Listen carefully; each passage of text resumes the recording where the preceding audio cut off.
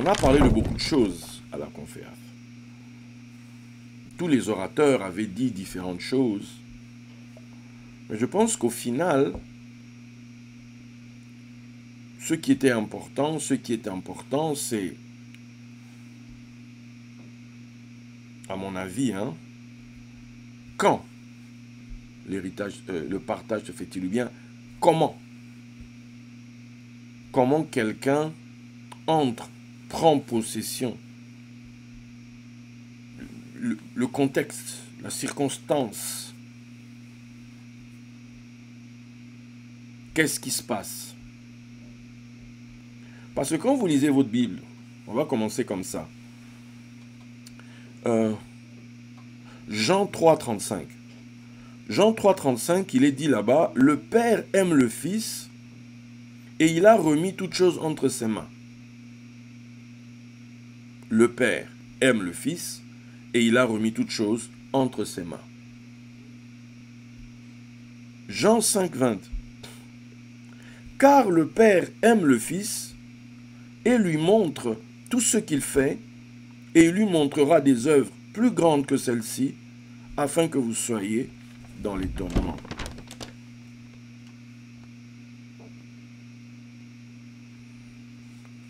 Luc 15, 31. « Mon enfant, lui dit le Père, tu es toujours avec moi, et tout ce que j'ai est à toi. »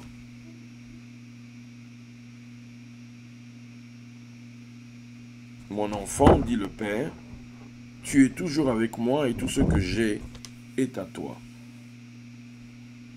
Bien. Maintenant, ce qui est intéressant, c'est quoi? Apocalypse 4, 1 à 2 dit ceci. Apocalypse 4, 1 à 2. Après cela, je regardai, et voici une porte était ouverte dans le ciel. La première voix que j'avais entendue, comme le son d'une trompette, et qui me parlait, dit, « Monte ici, et je te ferai voir ce qui doit arriver dans la suite. » Aussitôt, je fus saisi par l'Esprit, et voici, il y avait un trône dans le ciel, et sur ce trône, quelqu'un était assis. « Monte ici, et je te ferai voir ce qui doit arriver dans la suite. » Aussitôt, je fus saisi par l'Esprit, et voici, il y avait un trône dans le ciel, et sur ce trône, quelqu'un était assis.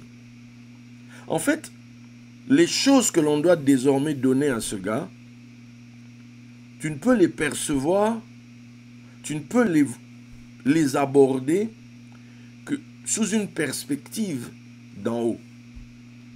Parce que si tu les regardes sous une perspective terrestre, tu vas totalement taper à côté.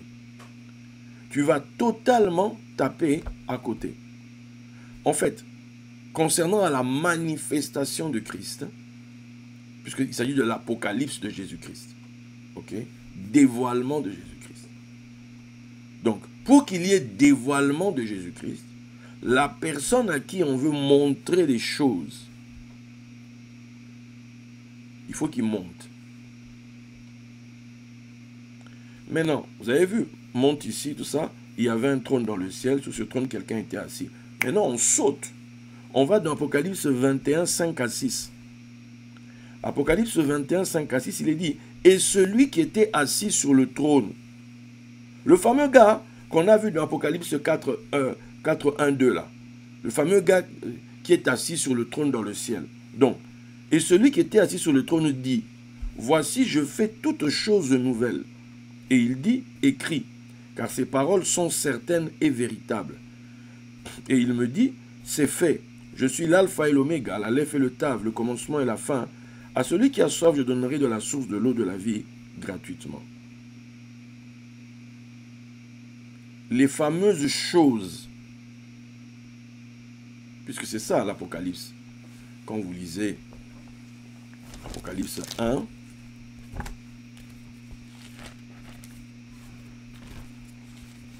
Apocalypse 1, voilà. révélation de Jésus-Christ que Dieu lui a donnée pour montrer à ses serviteurs les choses qui doivent arriver bientôt. Ok? Mais ces choses qui doivent se faire, ces choses qui doivent se dérouler, ne peuvent être appréhendées que d'en haut. Ne peuvent être appréhendées que quand on est monté dans les hauteurs. Ok? Quand on a vu, on s'est extirpé de la compréhension terre à terre, vulgaire, poussiéreuse, charnelle, et qu'on est monté dans les hauteurs. Et là maintenant, de Apocalypse 4, où on lui a demandé de monter, il y a un déroulé qui va l'emmener à Apocalypse 21. Et dans Apocalypse 21, 5 à 6, là-bas maintenant on dit, tu vois maintenant je fais toutes choses nouvelles. Je fais toutes choses nouvelles. Ok. Pourquoi j'ai lu tout ça? Maintenant il faut arriver au verset 7, parce que c'est là où on va. Apocalypse 21, verset 7. Celui qui vaincra héritera ces choses. Celui qui vaincra sera donc l'héritier de ces choses. Quelles choses? Les choses dont on a parlé depuis Apocalypse 1 là. Les choses qu'on a dit qu'il faut qu'on te montre. Les choses qu'on a commencé à lui montrer. Qu'on a dit monte ici que je te fasse voir. Les fameuses choses qui se sont déroulées comme une pelote. Qui se sont déroulées jusque dans Apocalypse 21. Ces fameuses choses. Nouveaux cieux, nouvelle terre et compagnie. Ces fameux, tout ça là. On dit que celui qui vaincra héritera. Il sera l'héritier de ces choses-là. Et on dit quoi? Je serai son Dieu. Il sera mon fils. Donc, je serai son père. Ok? Ça, vous allez trouver ça dans Psaume 89, où il est question de David. On dit, lui m'invoquera. Lui m'invoquera. Mon Seigneur, mon Dieu. Voilà, lui m'invoquera. Donc, Psaume 89, 27. Lui, il m'invoquera. Tu es mon Père, mon Dieu, le rocher de mon salut. Et moi, je ferai de lui le premier-né, le plus élevé des rois de la terre. Donc, celui qui partage l'héritage aux autres rois. Ok? Donc, mon Père. C'est celui que tu appelles ton Père, de qui tu peux hériter. C'est celui, en fait, que tu vas appeler ton Père et que lui peut dire, tu vois même, toi tu peux appeler quelqu'un mon Père. Lui dit, pour être son fils, celui qui va être son fils, parce que, attends, le fils, c'est la personne qui est héritier. On t'appelle, tu vois les histoires daddy, les gens s'amusent avec ça en fait. Les gens pensent qu'on peut jouer avec ça. C'est pas juste appeler quelqu'un daddy ou bien papa ou bien ceci. Non. En fait, c'est un nom que tu donnes à quelqu'un qui en réalité reflète ta position. Quand tu m'appelles daddy, tu es en train de me dire en fait, je suis ton héritier. Je suis ton héritier en fait. C'est quoi l'héritier? L'héritier, c'est quelqu'un qui va avoir part, qui va bénéficier du fruit de ton travail. C'est-à-dire la loi le légalise, lui donne droit de manger le fruit du travail de quelqu'un d'autre. C'est-à-dire, je suis au bénéfice de tes efforts. Je suis au bénéfice de ton travail. Je suis au bénéfice de tout ce que tu as fait. C'est-à-dire que tous ceux qui portent ton nom, désormais moi, j'y ai part. Tout ce qui est à toi, désormais moi, j'y ai part. D'où Jésus pouvait dire, tout ce qui est à moi, tout ce qui est au Père est à moi. Tout ce qui est au Père est au Fils. Tu vois? Dans Jean 14, si je ne me trompe pas.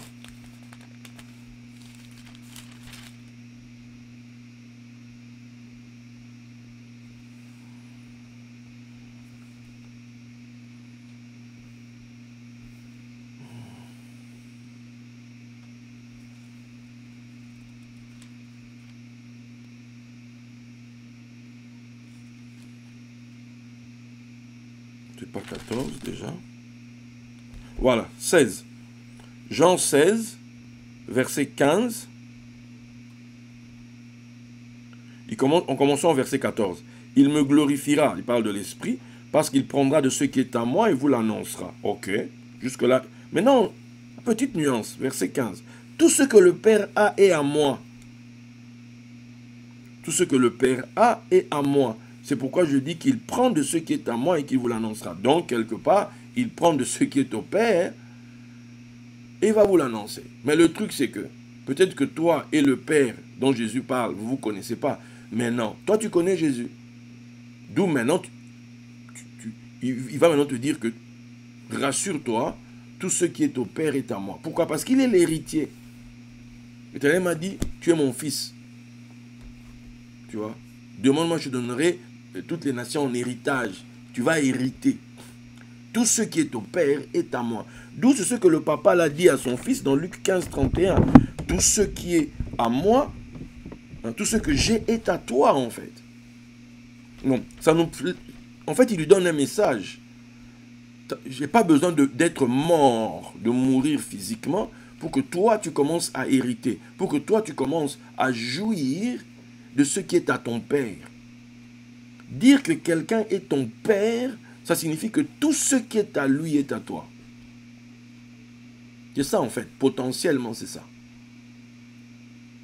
Maintenant on va dire que l'héritier, tant qu'il est encore enfant, il ne diffère rien d'un esclave. La seule chose qui empêche un héritier comme on dit, to tape in, de taper dedans, de prendre dedans, c'est son immaturité. C'est le fait que c'est encore un enfant. Il ne comprend pas encore les choses.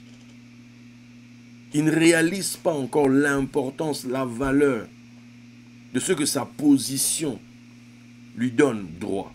De ce à quoi sa position lui donne droit. Il ne sait pas. Personne ne lui a expliqué. Personne ne lui a expliqué qui est son père en fait.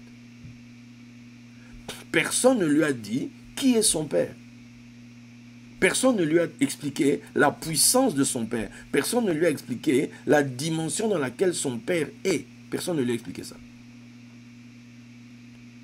Et lui, et c'est de ça dont on va parler aujourd'hui, n'a pas encore été déclaré vainqueur.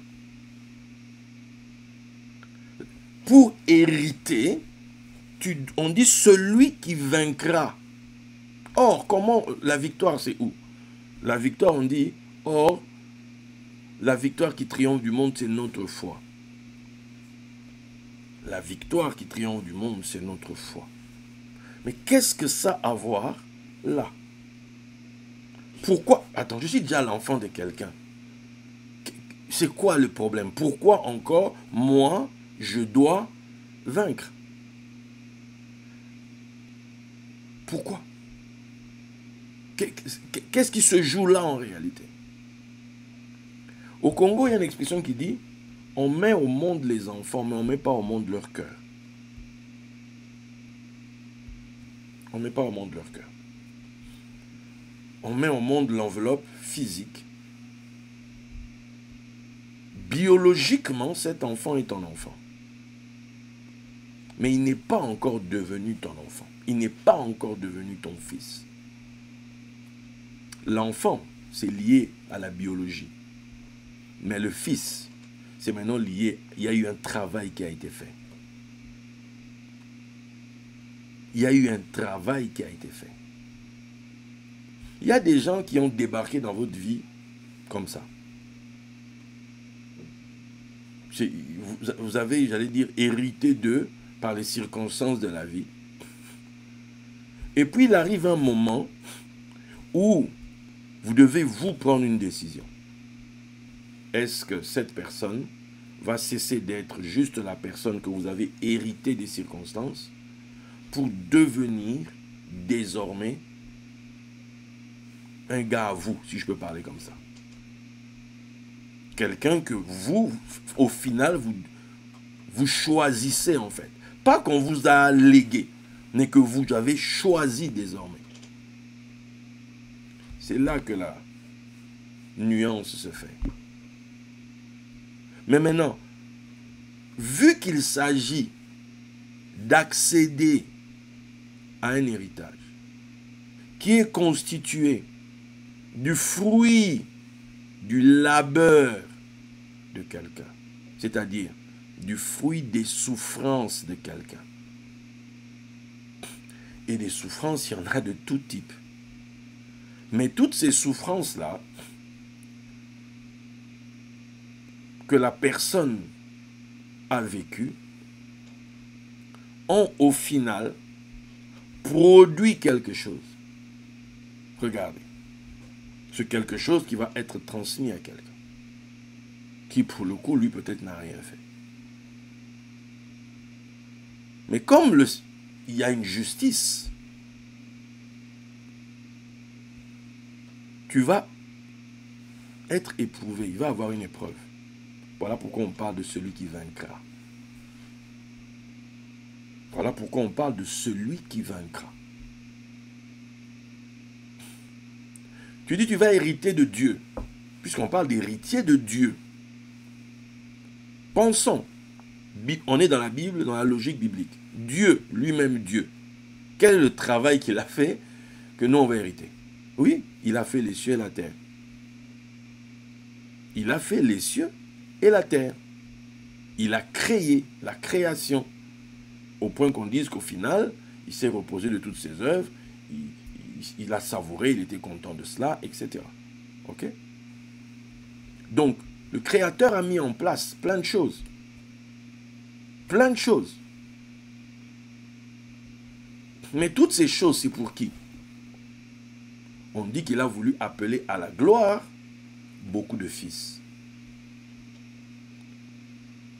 La gloire du Créateur doit être vécue, doit être portée, doit être révélée, doit être vue à travers des fils.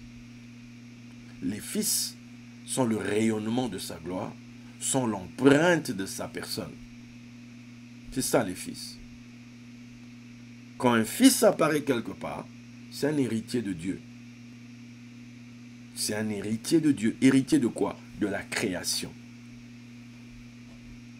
Héritier de la création divine. C'est pour lui. Il y a part, il y a droit. C'est ça un fils de Dieu qui va incarner quelque chose de la création en fait. Il va porter en lui la gloire de la création. On va voir ça chez lui. Quand vous prenez votre Bible dans Genèse 15, vous connaissez le texte. Dieu dit à Abraham, je suis ton bouclier, ta récompense, ton salaire est immense, immense, immense. Donc c'est là où on dit que Dieu donne à Abraham les richesses. Dieu dit à Abraham, voilà, je te donne tout ça. Abraham s'y oppose.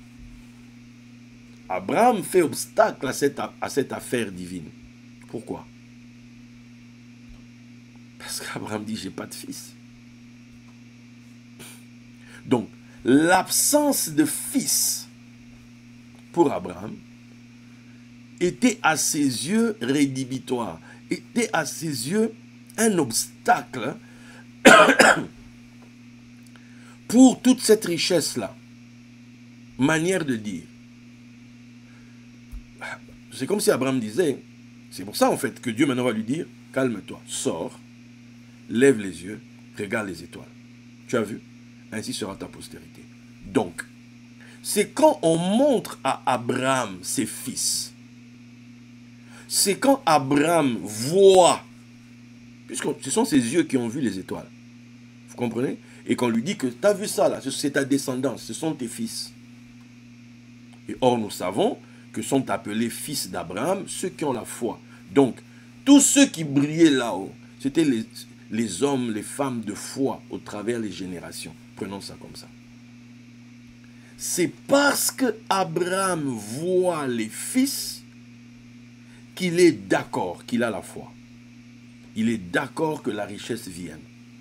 Parce que Abraham, pour lui, la richesse en réalité qu'un homme peut avoir, qu'un homme peut amasser, le fruit du labeur d'un individu, c'est pour ses héritiers. Parce que lui, à un moment donné, il va partir. Toute cette richesse qu'il a accumulée, c'est pour qui? C'est pour des héritiers.